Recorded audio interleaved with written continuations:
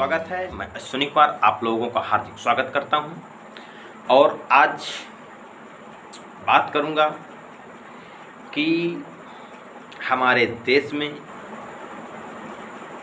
कितने विदेशी लोग आए और किनको इस देश से बाहर भगाया गया और किनको नहीं भगाया गया। जिनको नहीं भगाया गया तो क्यों नहीं भगाया गया और जिनको भगाया गया तो क्यों भगाया गया।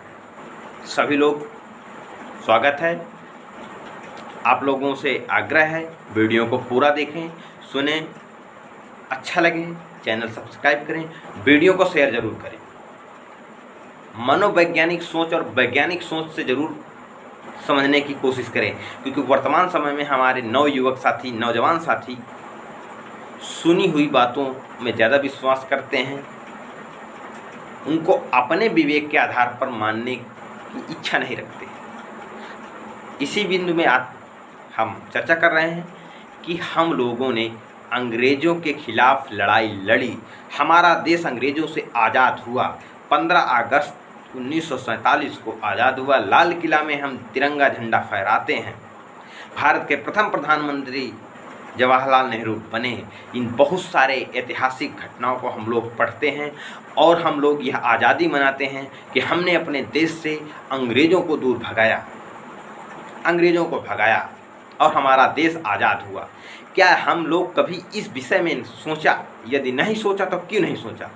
इतिहास में हमने पढ़ा लगभग 1711 के लगभग सबसे पहले हमारे देश में महमूद गजनवी नाम का एक आक्रमणकारी आता है। हमारे देश में तुर्क आए, अरब आए, अरब के लोग आए, तुर्की आए,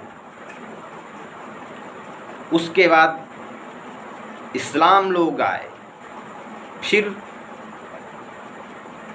इस्लाम के बाद हमारे देश में मुग़ल आए।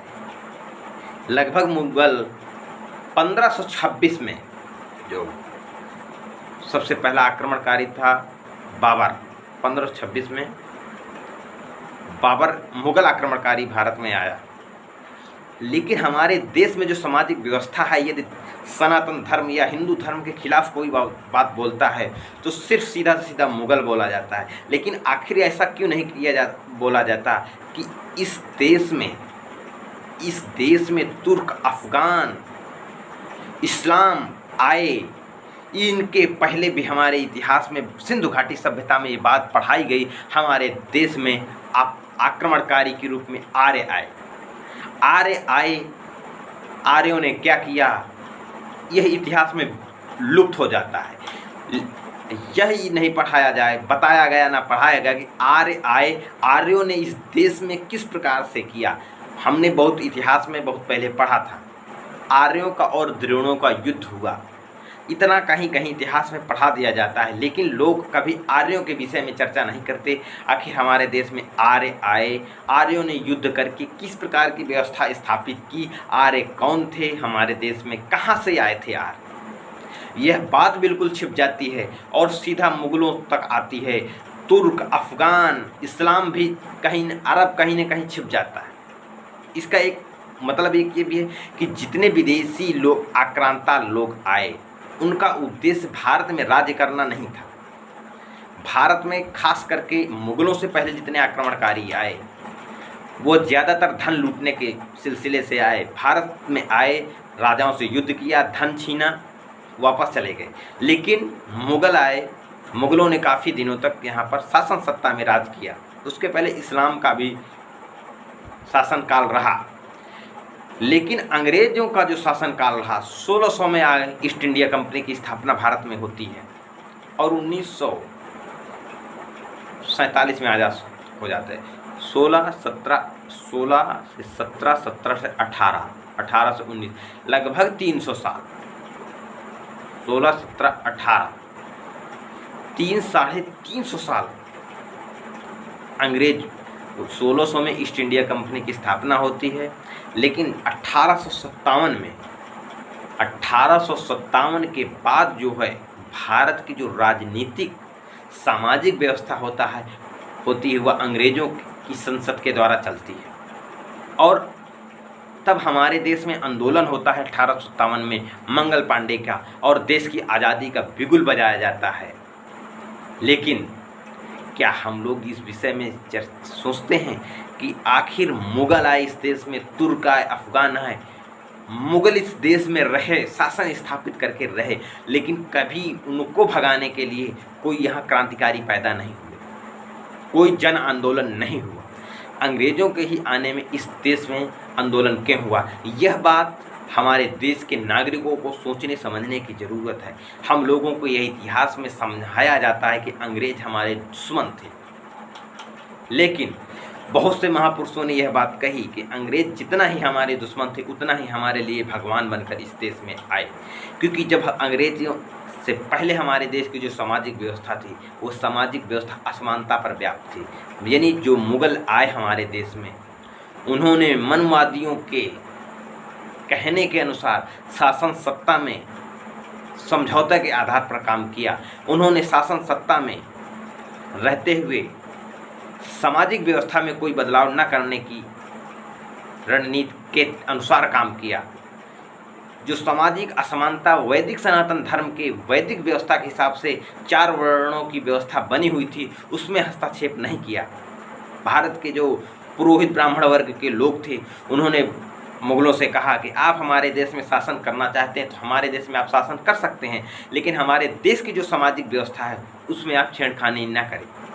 उन्होंने ऐसा ही किया, शासन सत्ता में उनको हिस्सेदारी दी और कोई आंदोलन नहीं हुआ। लेकिन हमारे देश में जब अंग्रेज आए, अंग्रेजों ने सारी सामाजिक व्यवस्था देखी तो यहाँ पर यह देखी कि समाज के कुछ वर्ग के लोग सुखी और संपन्न हैं, लेकिन कुछ समाज के वर्ग के लोग उनको अधिकार विहीन किया गया है।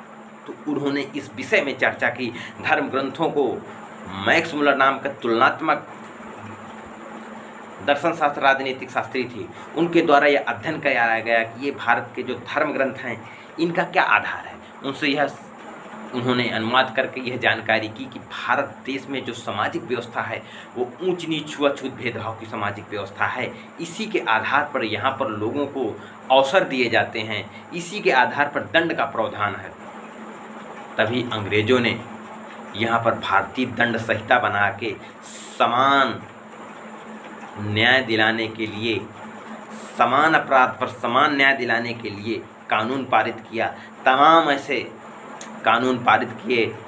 सती प्रथा का अंत किया उन्होंने, शुद्धिकरण पर प्रतिबंध लगाया, गंगा पुत्र पर दान लगाया, नरबलि पर दान लगाया। नरबलि प्रथा थी हमारे देश में, मनुष्यों को जिंदा मार दिया जाता था। बालिका हत्या पर रोक लगाई।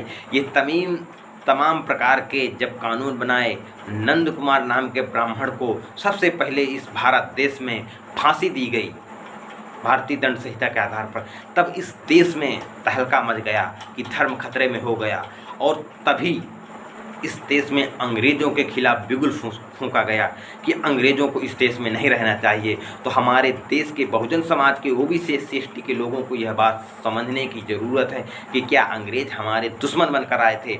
अंग्रेज़ों की वजह से आज हमको डॉक्टर साहब भीमराव अम्बेडकर मिले, ज्योतिबा फूले मिले, और अंग्रेज़ों की ही देन की वजह से आज हम लोगों को मॉन्टेसरी में पढ़ने को मिलता है, अंग्रेजी की शिक्षा मिलती है, जो वैज्ञानिक चिकित्सा पद्धति मिलती है, ये सारी अंग्रेज़ों की देन है। आज भारत में रेल चल रही है, आज हमको विद्यालयों में समान रूप से शिक्षा का अधिकार प्राप्त हुआ है। तो क्या अंग्रेज़ हमारे लिए दुश्मन बन के आए थे, यह हमको समझने की ज़रूरत है।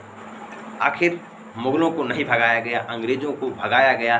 सिर्फ इसीलिए भगाया गया कि अंग्रेज़ों ने जो हमारे समाज को, शूद्र समाज को, बहुजन समाज को समानता का अधिकार दिया, तो हमारे देश के मनवादी सोच के लोगों को यह बात अच्छी नहीं लगी कि सभी को समान अवसर मिलेगा।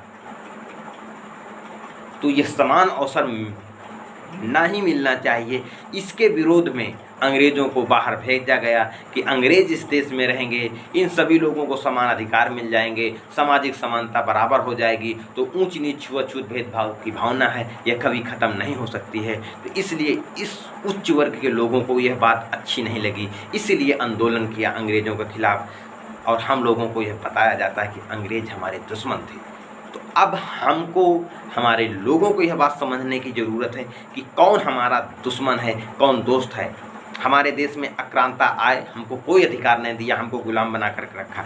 एक आक्रांता हमारे देश में आता है, हमको सारे अधिकार देता है, हमको पूरा स्वतंत्रता देता है जीवन जीने के लिए, क्या वह हमारा दुश्मन है? यह चर्चा करने का विषय है। तो साथियों, मेरे द्वारा दी हुई जानकारी आपको कैसे लगी कमेंट बॉक्स में लिखें। वीडियो अच्छा लगा अधिक से अधिक लोगों को शेयर करें। जय भारत, जय संविधान, जय विज्ञान।